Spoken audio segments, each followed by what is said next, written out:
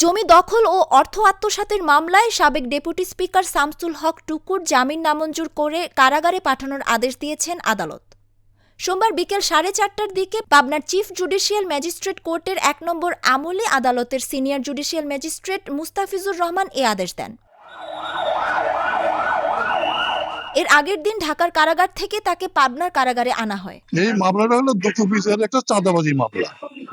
বেড়া সংলগ্ন ঘাট নিয়ে যে ঘাটটি আব্দুল বাতুনের নামে ঘাট, আব্দুল বাতুন দখল করে আব্দুল বাতুনই খায়, আব্দুল আগের তো এখানেই আছে।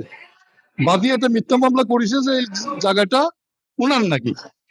এর জন্য হাইকোর্টের নিষেধাজ্ঞা আছে, বাতুনের পক্ষে বিবাদীর পক্ষে নিষেধাজ্ঞাও আছে। টুকুর নিজ নির্বাচনী এলাকা বেরার বৃষালিখার মির্জা আহমদ হামিদের ছেলে মির্জা মেহেদি গত বছরের 6 নভেম্বর আদালতে টুকু, তার ভাই আব্দুল বাতেন ও ছেলে আসিফ শামস রঞ্জন সহ 12 জনের নাম উল্লেখ করে দ্রুত বিচার আইনে মামলা করেন।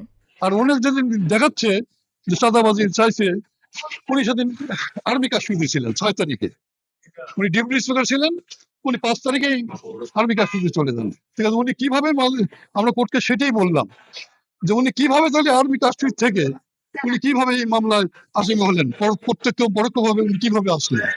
শুনানিতে বাদী পক্ষে ছিলেন অ্যাডভোকেট নাজমুল হক শাহিন ও আসামি পক্ষের আইনজীবী ছিলেন অ্যাডভোকেট বেলায়েত আলী বিল্লু। মামলায় অভিযোগ করা হয়েছে দখলকৃত দোকান ও গোডাউনে ভুক্তভোগীদের ভাড়া অবৈধভাবে আদায় করে প্রায় 25 কোটি টাকা আত্মসাৎ করেছেন টুকু ও তার বাহিনী। এছাড়া প্রায় 50 কোটি টাকার ক্ষতি সাধন করেছে।